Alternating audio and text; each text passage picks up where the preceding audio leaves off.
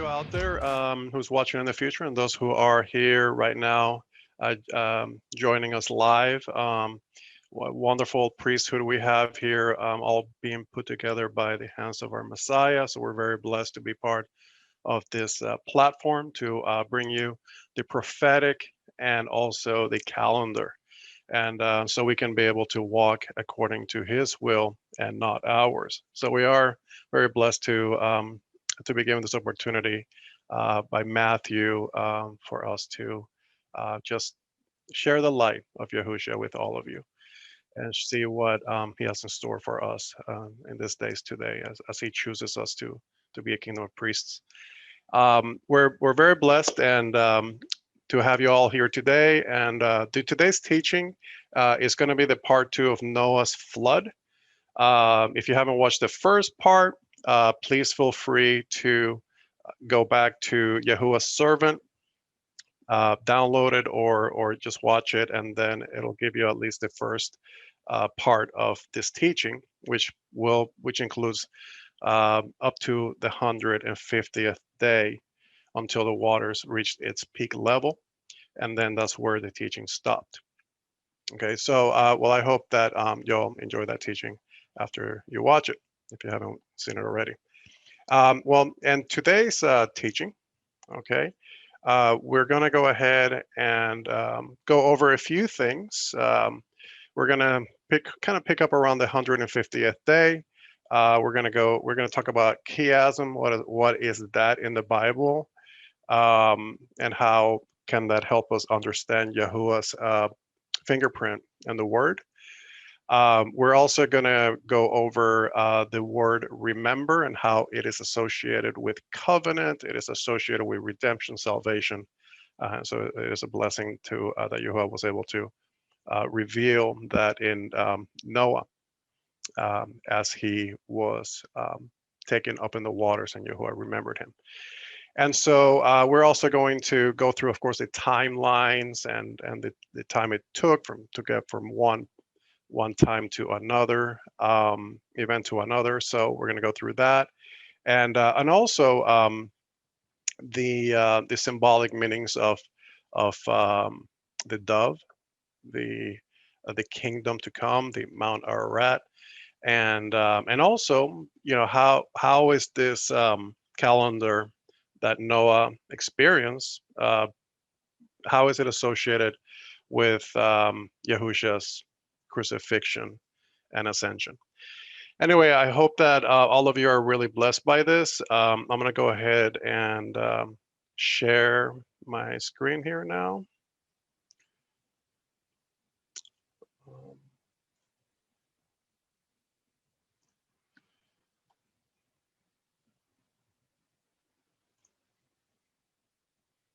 Okay. I hope you all can see that.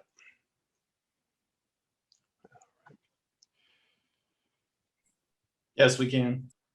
Okay, awesome. Thank you. All right. So Noah's timeline, Noah's flood timeline, part 2. All right. And all right, so we're going to go ahead and start off, as I said, with Chiasm. I'm going to go ahead and go over the definition of this word, for it is going to be important for you to know. So you see how there are patterns in the things that we see in the Bible. There are structures that are seen, duplicates, parallelisms, and so we see that throughout the Bible so much. And why do we see that? And some of these things are really written down to perfection, and really see a something that from the beginning has been seen, even from Genesis all the way to Revelation. So I hope that this will actually even increase your way of understanding your studies, for it hopefully will make you go a little deeper into them and understand the deeper messages within their context. What is Chiasm? Okay, Chiasm is a writing style that uses unique repetition pattern for clarification and emphasis, also known as chiasmus. It is a literary device in which a sequence of ideas is presented and then repeated in reverse order. The result is a mirror effect as the ideas are reflected back in a passage. Each idea is connected to its reflection by repeated word, often in a related form. The term chiasm comes from the Greek letter chi or chi, which looks like the letter X. Chiastic pattern is also called ring structure. This importance of the chiastic structure is found in its hidden emphasis and its clarification of context. Now, there are different sorts of chiasms. Some are distributed throughout individual books of the Bibles, such as the 5 books of the Torah. Some chiasms are found only in a chapter, like the ones we're going to go ahead and present to you on the screen. But there are chiasms throughout. Chiasms can overlap books, can also be found in one chapter, or can be found throughout the whole book itself. Now, this is just going to be an example of one, so that way when I go into Noah on the next slide, at least you have an idea of what a chiasm is. Okay, so as you already understand through this definition, what we have here, we have the chiasm of the deception of Isaac. As you all can see here, these numbers, and this is just to make it a little bit easier for you to understand. This is verses 18 through 36 in chapter 27 of Genesis. So we have here verse 18, that correlates or parallels a mirror effect with verse 32. But within that, there's all kinds of mirror effects that keep going. So you have on verse 19, I am Esau. And then you see that later on in the chapter in verse 31, Esau, and then your firstborn. And then towards verse 32, your firstborn is repeated again. And so on, as you can see. And then there is a point that this structure ends up meeting, which is right here, where Isaac believes the lie. Okay, so always good to pay attention to where does it start breaking off? Where does the X, the curve starts?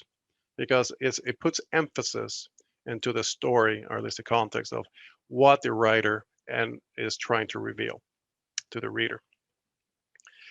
So now we're going to go ahead and go over the chaotic structure as in the days of Noah, or the flood. Okay. First, I'll start off with Matthew 24. But as in the days of Noah, where so also the coming of the son of the Ben Adam, the son of man, be.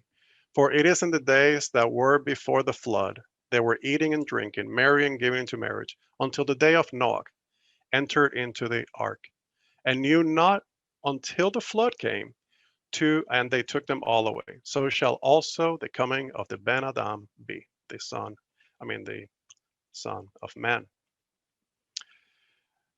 Now the Apostle Paul confirmed that before Moshiach's return, the world would be at perilous times, filled with pleasure-seeking materials, immorality, violence, idleness, and rejection of the things of Yahuah.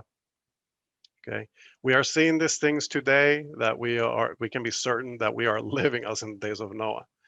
There are people and nations that are only focused on the sins of the world and not living in a righteous world. As you can see, I mean, we have genetically modified embryon specimens at an alarming rate.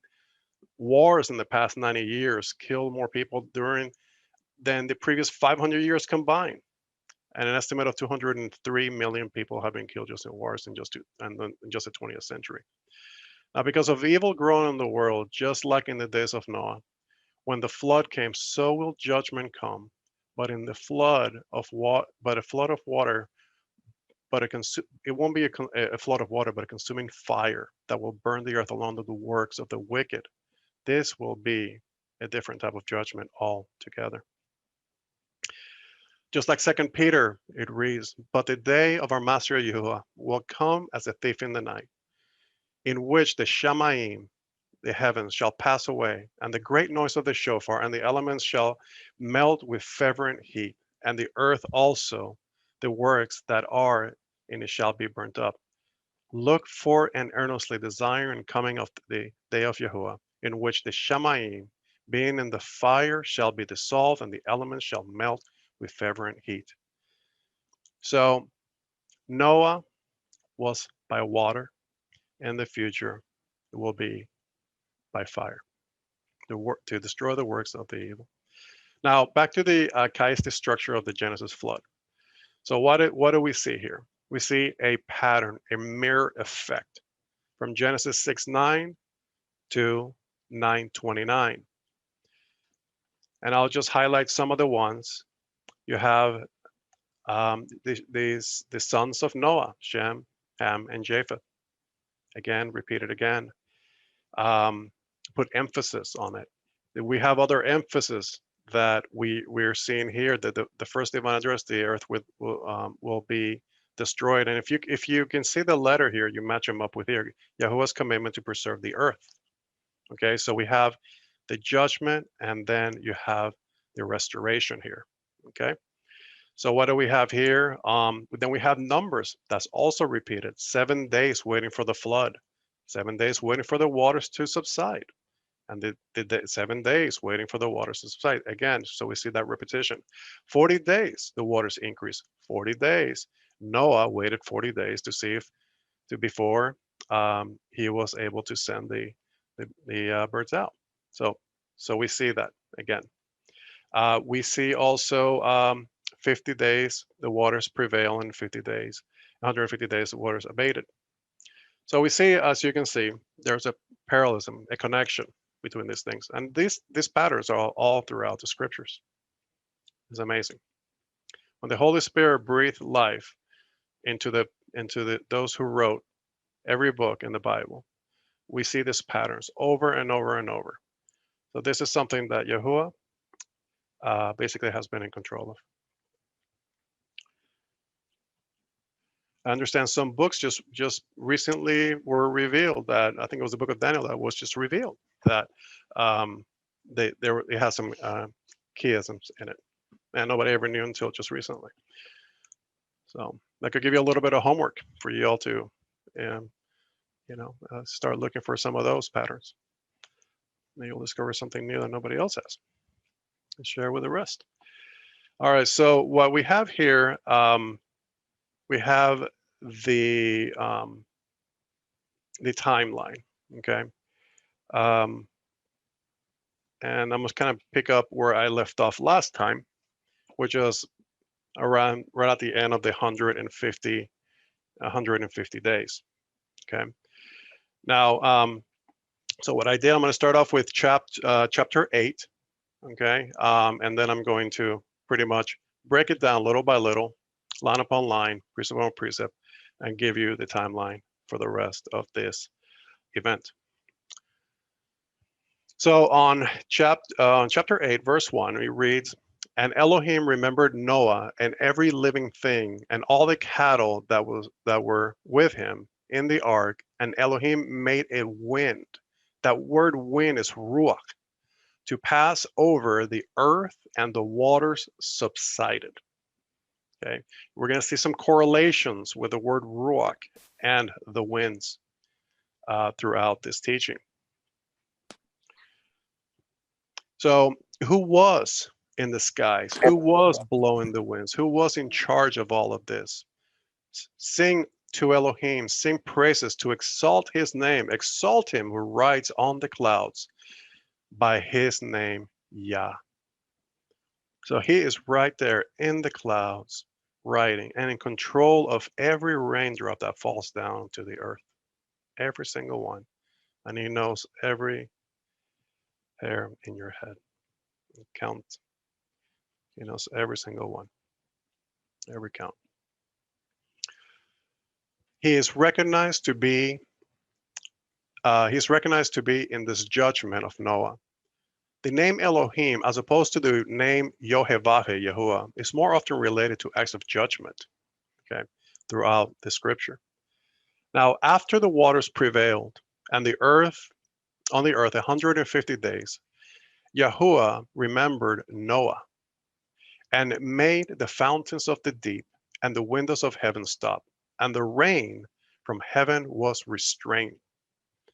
Now, there is a word that we need to investigate a little bit deeper, and that word is remember. In Hebrew, it has much significance. How our Father remembers things that are honorable. Our Father, when you hear that word remember, pay attention, because these are things that will impact in the way that He sees us.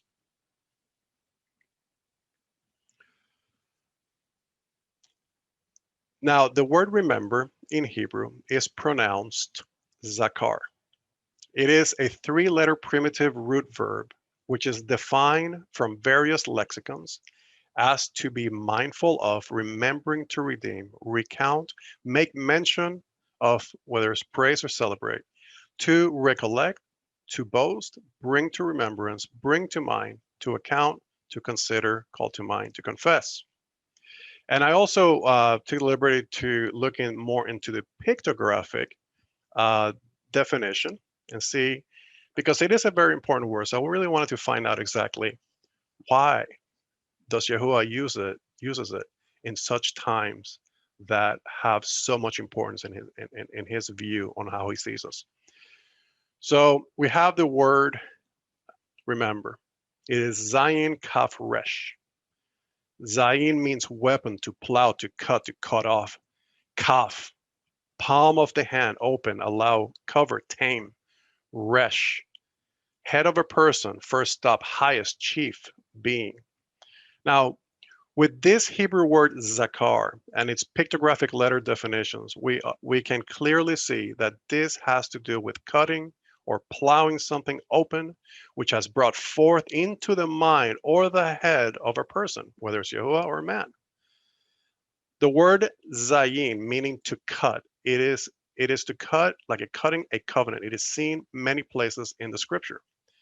As we see Yahuah remembering Noah and every living thing, cattle in the and cattle in the ark, and then we see that later in the chapter in verse 20, He made a covenant that included not to curse the ground for man's sake, nor to destroy every living thing He had done.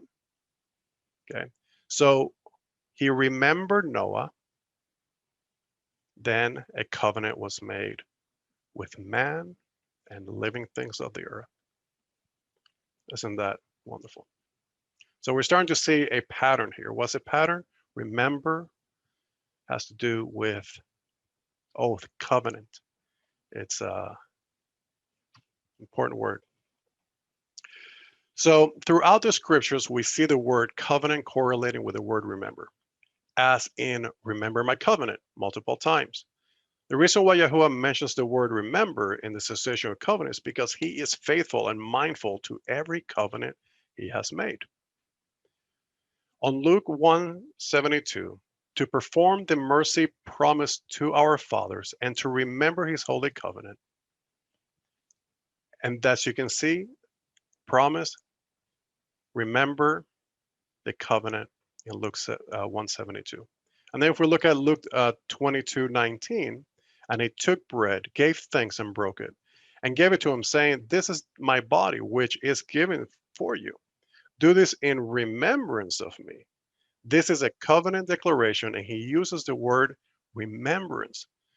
So what are we supposed to remember when we think covenant? Yahusha, because He is the way to the Torah, to righteous living, and how to love another person, how to use wisdom and love the world around us. We have Matthew 26, 26 through 29. And Yahushua took bread, and this is, I'm just trying to paste it all together because on Luke, it just talks about, my body and do this in remembrance of me. But it doesn't say anything in covenant in Luke, but in Matthew gives us the context of Luke, which is talking about the covenant when they had the supper the day before Passover. So here Yahushua took bread, and after blessing and broke it and gave it to his disciples and said, "Take, eat, this is my body." And he took a cup, and when he had given thanks to them, saying, drink of it, all of you, for this is my blood of the covenant, which is poured out for many for the forgiveness of sins. I tell you, I will not drink again of this fruit of the vine until the day when I drink it new with you in my Father's kingdom. What a blessing. Are we not all here hoping for that to happen? Now, we see another correlation that has to do with being provided for and saved as a result of Yahuah remembering. Yahuah remembering seems to lead to acts of love and kindness and divine mercy. According to Psalms 98, he has remembered his mercy and faithfulness towards the house of Israel. All the ends of the earth have seen Yahushua of our Elohim. So again, we have a correlation between remember and salvation, who the covenant was made through, Yahushua, salvation of our Elohim. Remembering Abraham and thus saving his nephew from Lot, from death in Sodom, according to Genesis 19:20. So we see here the correlation between remembering and saving. Lot was saved because he remembered Abraham. Then we have remembering Rachel and thus given her the ability to have a son, Joseph, after she thought she couldn't bear a child, according to Genesis 32. Remembering to rescue Israel from the enslavement of Pharaoh, Exodus 2. Remembering Hannah and thus giving her the ability to birth Samuel, who was dedicated to Yahuah after she had been rejected from bearing a child, and as a result provoked her by her adversary. Interesting fact: Zechariah means Yahuah has remembered. Okay,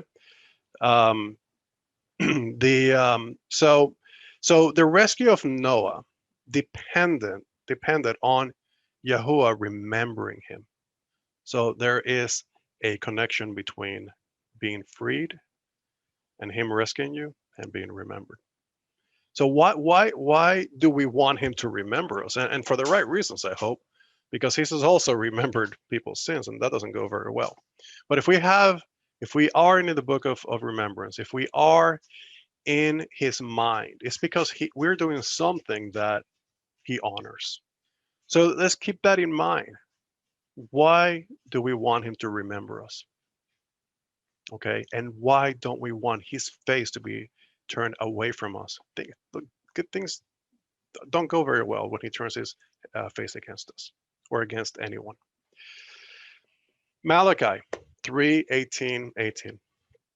Malachi, then they that fear Yahuah spoke often one to another, and Yahuah listened and heard it, and the scroll of remembrance was written before him for them that fear Yahuah and that thought upon his name. Okay. Now this proves that if one truly fears Yahuah and knows and esteems his name, there is a scroll that is written about this individual. This is what he says about those in the book of remembrance. And they shall be mine, says Yahuah of hosts. And that day when I make up my jewels, and I will spare them. And as a man spares his own son that serves him, then you shall repent and discern between the righteous and the wicked, between him that serves Yahuah and him that serves him not.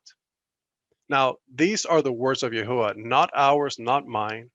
We need to consider the significance of fearing him and knowing his name, as this will bring us closer to him, and he will deliver us from evil and remember us in the day of trouble. This is a priesthood towards the tribes that recognizes his name. Okay? And we fear him. This is why we stay in covenant. We keep Torah according to covenant. So let us go ahead and jump to the next verse, which is Genesis 8:2. The fountains also of the deep and the windows of heaven were stopped, and the rain from the heavens were restrained, and the waters turned from off the earthly continually. And after the end of 150 days, the waters abated.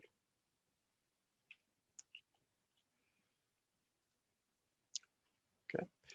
Now the fountains of the deep. Deep. What is this word deep in the Hebrew? Is tehom, the deep hollows of the earth. According to Psalms 71, it, um, it reads, "You who have shown me great and sore troubles shall revive me again and bring me up again from the depths of the earth." This is what is also mentioned all the way back to the beginning before Yahuah established the first day. I think some of you have heard Matthew and even others talk about a hollow earth. Well, there's the hollows of the earth there. I mean, all this water had to end up somewhere, right?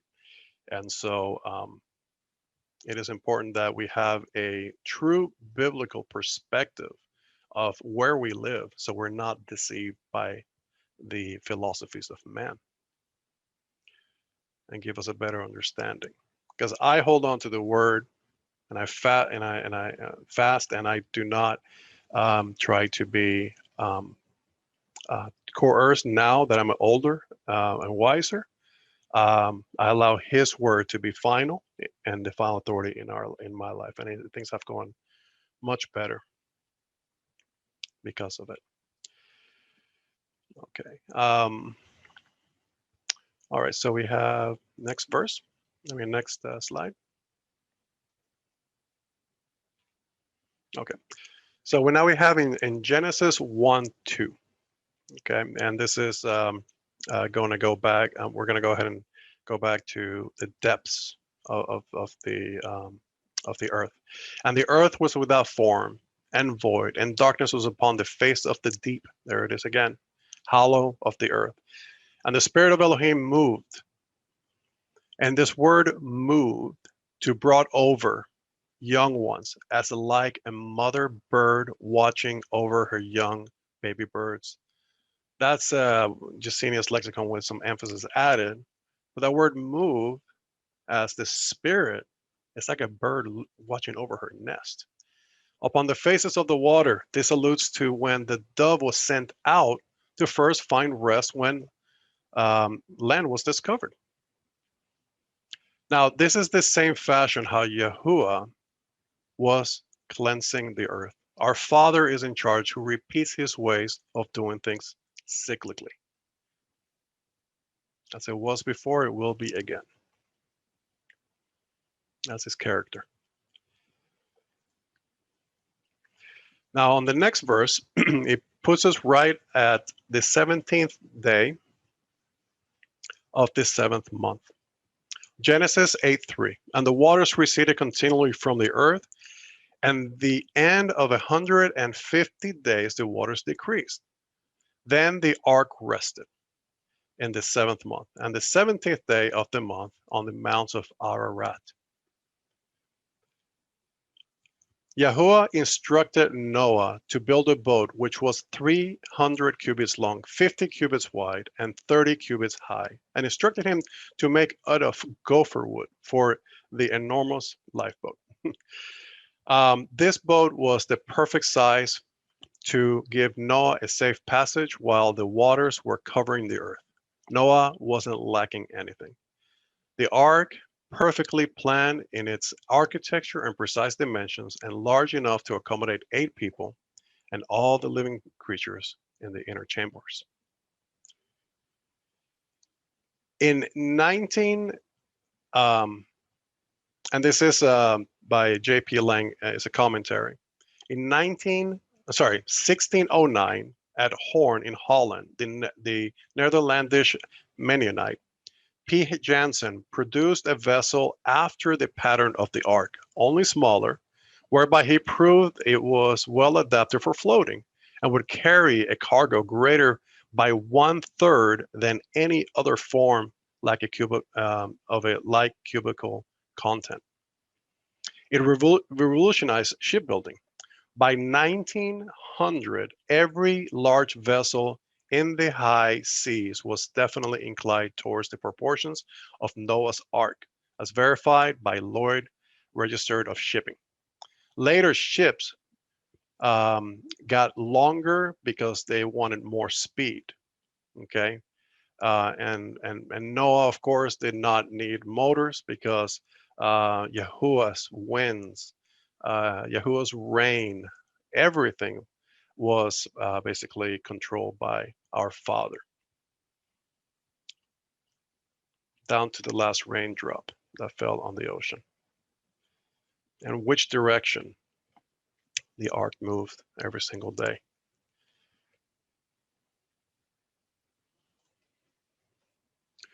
Now, the ark was taken to the mountains of Ararat, ancient Aratu, which has been variously identified to be at the northern east region of Lake Van, the mountains of Kurdistan, the Lombard Mountains located near Armenia at eastern Turkey.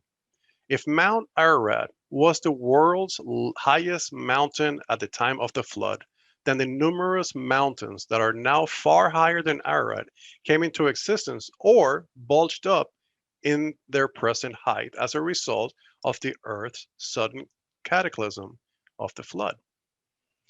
Now, is that possible? Well, yeah. Well, let's read Job. Job 38 reads, "Who can number all the rain clouds and empty cisterns, which is bottles of the heavens," which means cisterns, bottles of the heavens, "so that the dust solidifies into a thick mass and the clods of the earth cling together." This is a witness that the earth, after being covered with rain, can increase the heights of the mountains as a result after all the water that came down from the heavens or from heaven.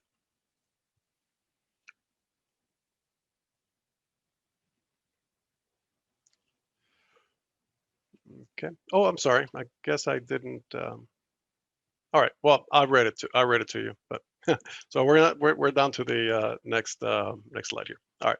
So during the 7th month, the 17th day of the month, is when the Feast of Tabernacles is celebrated. The Feast of Tabernacles, known as Sukkot, is a place of gathering that one is to build a temporary shelter made with wooden branches, just like Noah built a temporary dwelling to provide him and his family. But this was actually made of gopher wood.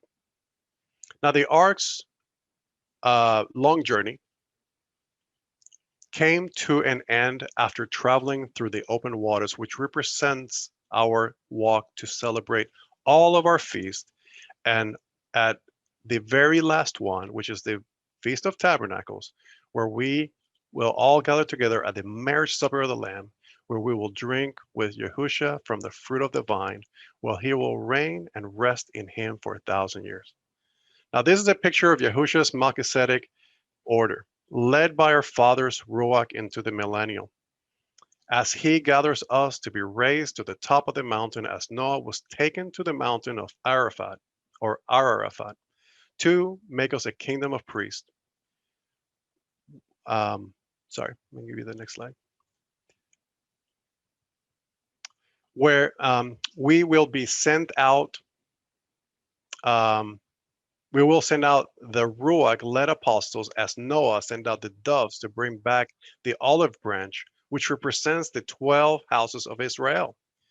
Let us not forget that the wind, the Ruach, is what made the waters represents the nations decrease. And this is the same Ruach that will be on us as the top of the mountain, as the top of the mountain is visible. That represents the tip of the reigning kingdom to come. Okay, so as we were talking earlier, as I was talking with Brandon, our brother, and all of you earlier, we see that there is a flood of evil coming upon this world. a flood of evil, where it's covering everything. You can't see really much. But what does the tip of Ararat represent? It represents the kingdom to come. And what pushes the water down? The wind, the ruach. The nations will be submission to the mountain where Yahuah is reigning. He will basically descend as the Holy Spirit is upon us. And you're going to see more and more of that mountain and less of evil. But it happens according to his plan, according to when the Father wants to do it. So, have hope and be cheerful, because, this is what we're seeing. We're seeing all these evil things happening, but be of good cheer, because Yahushua is about to return for his bride. So, okay. Oops, sorry, I didn't want to lose my place here.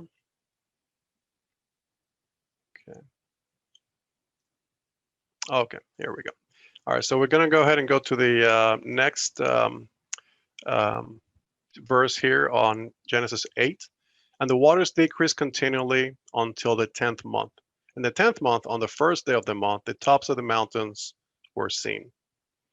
So as we know, many of us have been with this calendar for a while. We know that we celebrate Rosh Chodesh. It is a wonderful day, the beginning of months, and we blow the trumpets, and we praise Yahuah for everything that he's doing in our lives, and it is a blessing.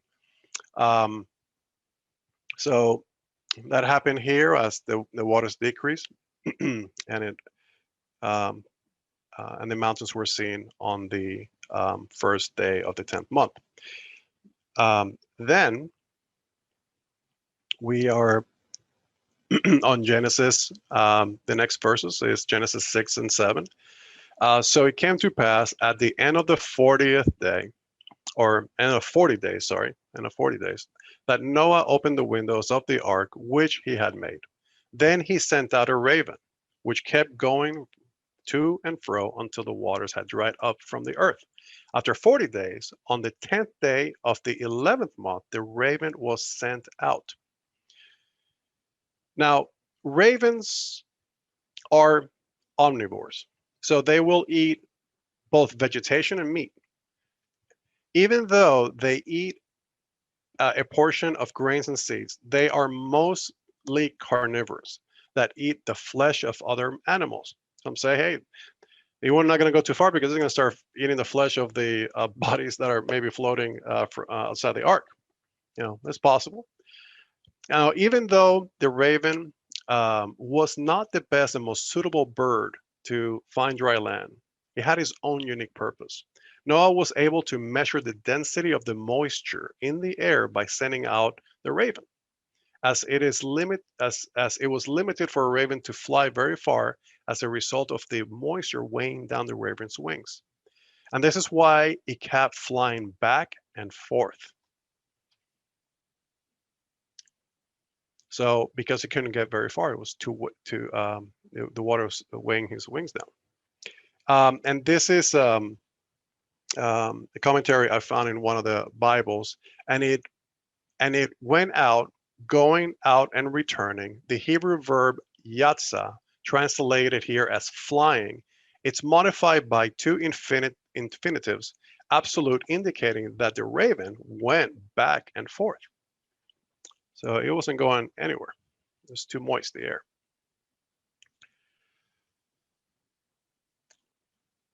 So we have here in Genesis 8:10, and it reads, and he waited yet another 7 days, and again sent out a dove out of the ark. The dove came back to him in the evening, and behold, a freshly plucked olive tree was in her mouth. And Noah knew that the waters had receded from the earth. So he waited yet another 7 days and sent out the dove, which did not return again to him anymore.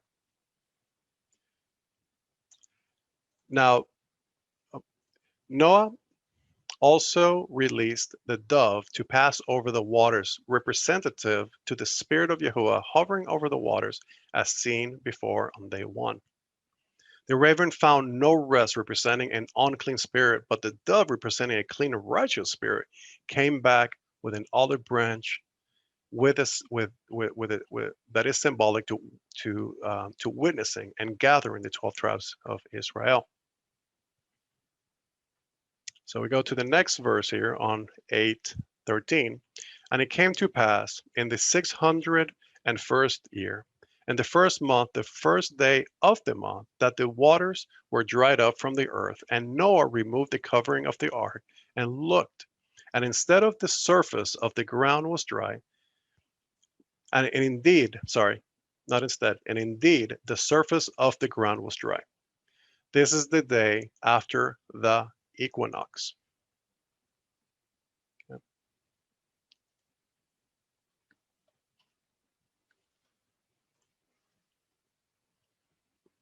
Which happened right around there.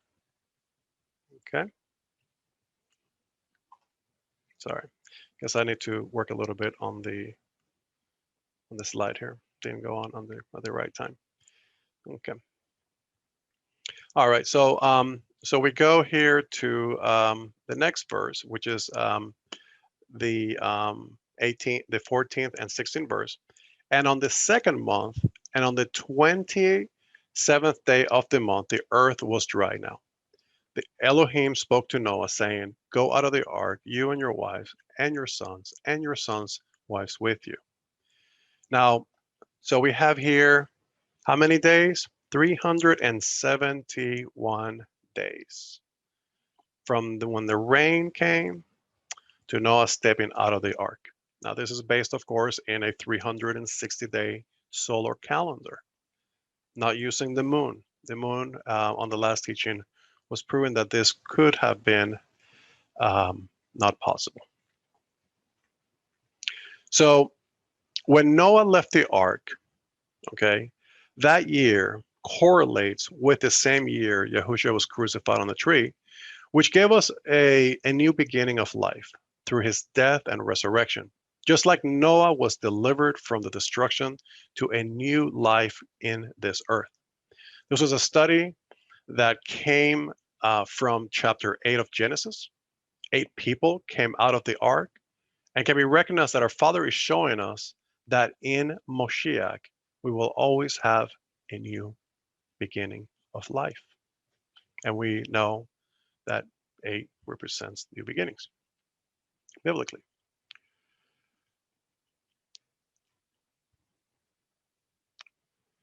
Now, I'm going to go over, let me take you to from the beginning to the end through the calendar, just to review. Okay. So we have here on the second month, the flood started, okay? And then the rain stopped here on the third month on the 26th day, okay? And as you can see, this would be the days of the week here, okay, when all this happened. And I retract, I thought there was some other study I was doing, and it was kind of like leading me into thinking that it was possibly the flood may have started on the first, the day after Shabbat, or so on. But after further study and praying and all that, this was more precise. And that was on the first teaching, but I also put it there as I was still studying it out, so I wasn't concretely convinced yet anyway. But I just wanted to go ahead and clarify that. So we have here on the 7th month, okay, the waters decreased, okay, on the 17th day of the 7th month. And then the mountains were seen on the Rosh Chodesh, on the first day of the 10th month. And then we have the ravens and the doves were sent, on the 10th, and then the 17th, all the way to the 24th, okay? And finally, the dove never came back. Like it found a place to rest. So what do we have here? We have the following year. Okay, so the waters dried up on the first, were already dried. The earth was dry by then, and this happened on the first of the first month. Okay, and then, and as we know, on the second month, on the 27th, okay, is when Noah came out of the ark. Okay, here on the second month, he came out. So he was in the ark for 371 days. Now, this parallels with Yahushua's crucifixion. As we know, he died in the middle of the week. He resurrected on the early dawn, or right before dawn of the first day on Shabbat, at the end of Shabbat. And then we see that he was first fruits on the 18th. And so we have here a correlation, which I'm very thankful. I've been reading and studying through different calendars, and this is something that Tim had brought up, and I wanted to give him a thank you for bringing this up, for it made a lot of sense according to what I saw in Torah, and Yahushua is involved in the plan of salvation. I mean, when he raises up that ark is because we know that he is the one that is raised, and he raised us into salvation as he is raised. So we know that he is involved in everything. He was involved in the flood.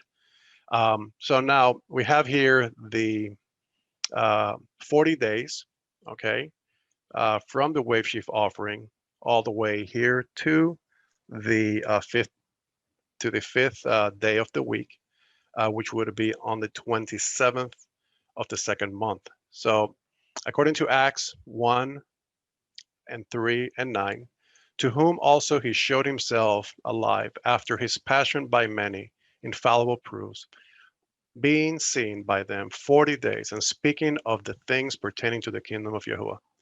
And when he